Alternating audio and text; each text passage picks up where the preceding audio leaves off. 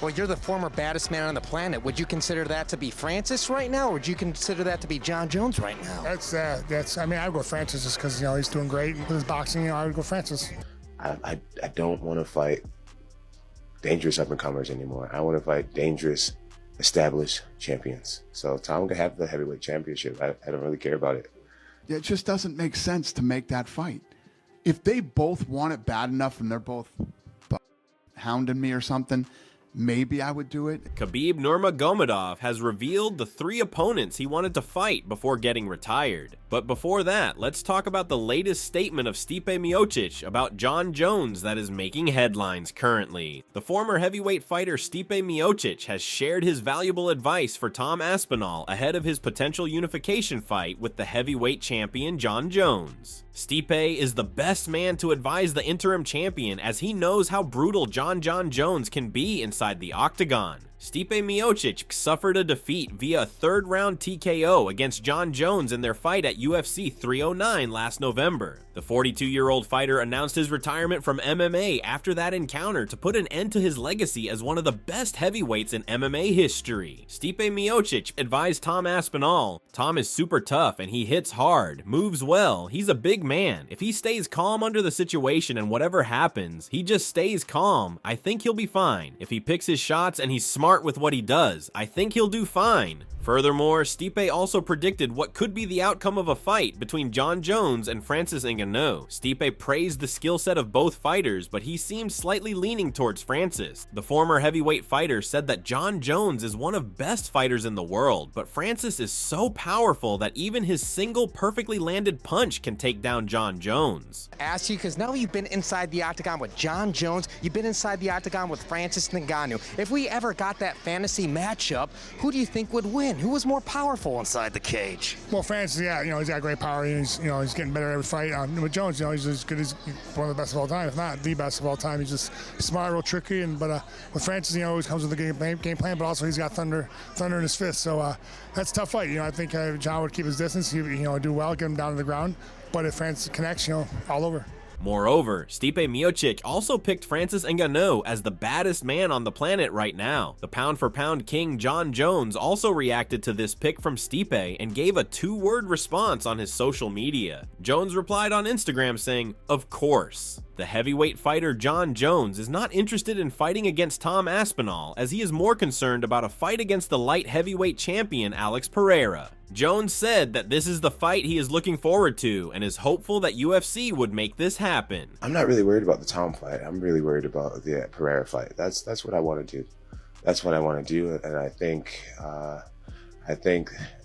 if the UFC wants to have me back, then I think that's the fight they'll make. I've been really clear about my intentions. John Jones feels that he is at the end of his career and could retire anytime soon, so he wants to fight against those tough opponents who are already champions and well known. The heavyweight sensation doesn't want to fight against stronger newcomers because fighting against them will only have the chance to dent his legacy, and there will be no reward for such wins. The fans want John Jones to fight Tom Aspinall, and they don't think Jones fighting against Pereira makes any sense. I just feel like anybody would understand at this point. I'll retire the heavyweight belt if I have to. It's like, dude, give the guy what he wants at the end of the day, And I'm not talking to Dana directly. I feel like I'm at a place now where, I want to take what I find to be super fights. I don't want to fight dangerous up-and-comers anymore. I want to fight dangerous, established champions. So Tom can have the heavyweight championship. I don't really care about it. That my bio doesn't lie in belts anymore. I've created something much bigger. Dana White also agrees with the fans as he is not interested in making this fight happen and says that there is no way this fight should happen. According to Dana, Pereira is a very talented and outstanding fighter who is doing great in his division, and there is no need to put his legacy on the line by fighting someone like John Jones, who is so much bigger and heavier than him. You know what tonight told me? There's no way I make the Pereira fight. Okay. John's too big. Great wrestler. See how he took Stipe down in that first round? Yeah. I like Alex Pereira. I like him personally. But he's just the greatest of all time, right? It just doesn't make sense to make that fight. If they both want it bad enough and they're both hounding me or something, maybe I would do it. It's just Alex Pereira is killing it. Look at his age and what he's doing right now. What's the reason to go up and fight a guy that's so much bigger than you and such a good wrestler? Jones also reacted to this statement of Dana White and believes that Alex Pereira has the ability to fight against any heavyweight fighter at the moment. He thinks that the Brazilian star can knock out a heavyweight fighter because of his spectacular style and technique. John said that he wants this fight and doesn't care about what the people say, as at the end of the day, he will get a massive amount of money. Dana was in here and he said that he would really like not to make the Pereira fight, but if you and Alex did hound him, he would consider it. But he said that realistically, that's not a fight he wants to see because he thinks your skills with the wrestling and the size would sort of outweigh what Pereira has to offer. I'm curious what you think about Dana's take on that. Man, styles mix matchups, and I'm sure Pereira's knocked out many heavyweights in his day. I mean, he has a knockout power that transcends, like, it's bigger than weight. Very special, and for me, it'd just be worth my while fighting against Pereira. You know, people can call me a duck and a chicken. I'm gonna go home and cash a massive check.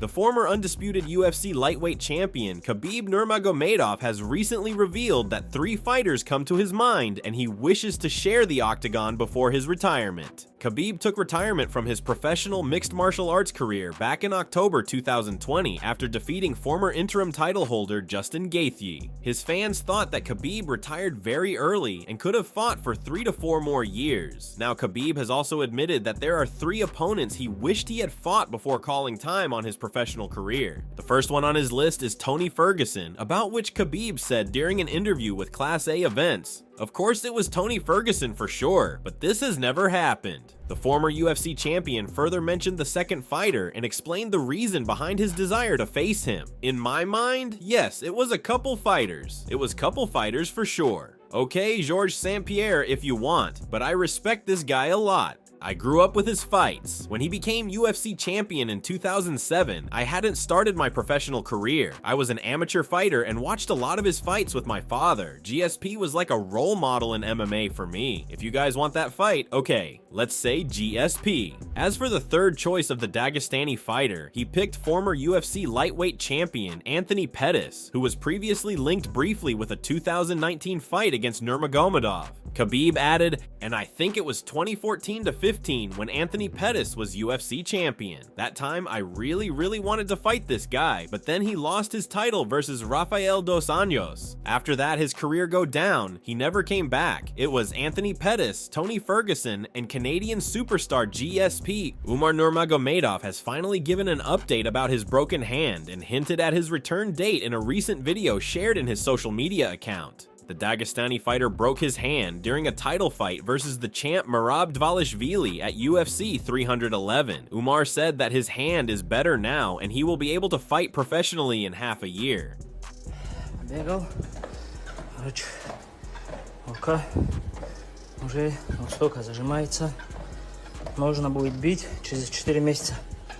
Скорее всего, вернусь через 6. After a close fight against the champ Merab Dvalishvili at UFC 311, Umar is unlikely to get a title shot very soon. Although the Dagestani fighter is yet to recover from his broken hand, he has already found a new challenger. Vinicius Oliveira, who has recently defeated the Russian fighter Said Nurmagomedov in Saudi Arabia, has called out Umar to get his second win against the fighting family. Oliveira challenged Umar saying, "I have only one question for you guys from Dagestan. His name is Umar Nurmagomedov. If he has the courage to face me, I'm here. If Dana White allows this fight, I'm here to fight against Umar Nurmagomedov, but I think he's scared of me." Henry Cejudo has praised the brilliant performance of Dricus du Plessis at UFC 312. DDP silenced his critics who were doubting him. Henry Cejudo believes du Plessis has one of the best cardio in UFC, and he added him in the top 3. Henry Cejudo said on his Pound for Pound podcast, "I might put him in the top 3 of best cardio in the UFC right now." Dricus du Plessis also loved these words from Henry, and he acknowledged him by sharing the post of that statement on his Instagram story. Dricus du Plessis has impressed a lot of fans and pros with his remarkable performance at UFC 312. The UFC analyst praised the South African fighter for his confidence and style. Din feels that Dricus is a complete package, and despite having an awkward style, he manages to surprise his opponent with different moves and gets the job done every time. Thomas also believes that DDP was outstanding, but Sean Strickland also fought badly, which allowed du Plessis to dominate the fight. Dricus is getting better. You know, we always criticize him and we say he looks bad. He looks a little awkward, but he's getting better. But when you look at his confidence and his demeanor and the way he carries himself, there's no champion in the UFC that's got the total package like him. I mean, this guy just oozes championship in him. Like, he walks out, he chests up, he says all the right things. And then when he fights, he delivers. Like, he don't even look the best. Like, he don't let that hold him back. Like, a lot of people like, yeah, I'm not as good as these guys. I'm not as smooth as these guys. He don't let that hold him back. He goes out and he delivers.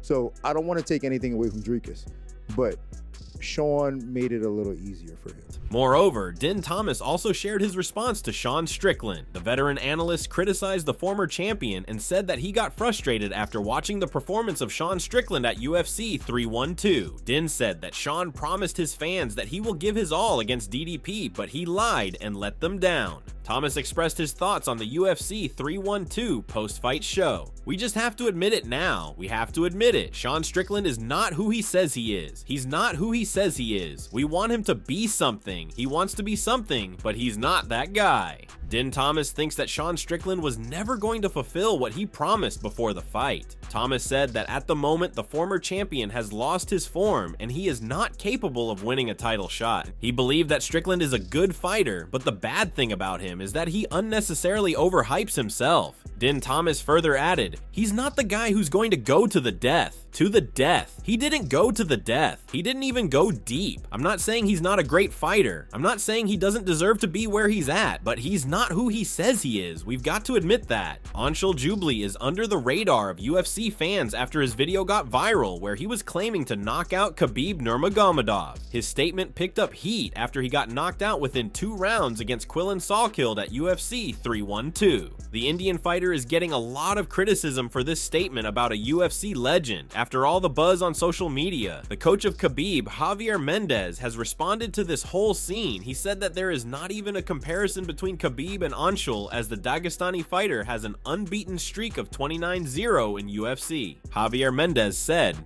"Anshul, he's a good kid. I don't know why he's saying ridiculous things like that. Maybe he's just trying to get attention. He's in no position to talk like that. Brother, become a champion or be a #1 contender. You want to talk that kind of talk, but bro, what's his record in the UFC? It's 1-2, or is it 2-2? Well, this is all we have from today, and hopefully you have enjoyed it. Share your thoughts on these updates in the comments section, and make sure to subscribe to our channel for more interesting content. Don't forget to press the bell icon for more amazing videos.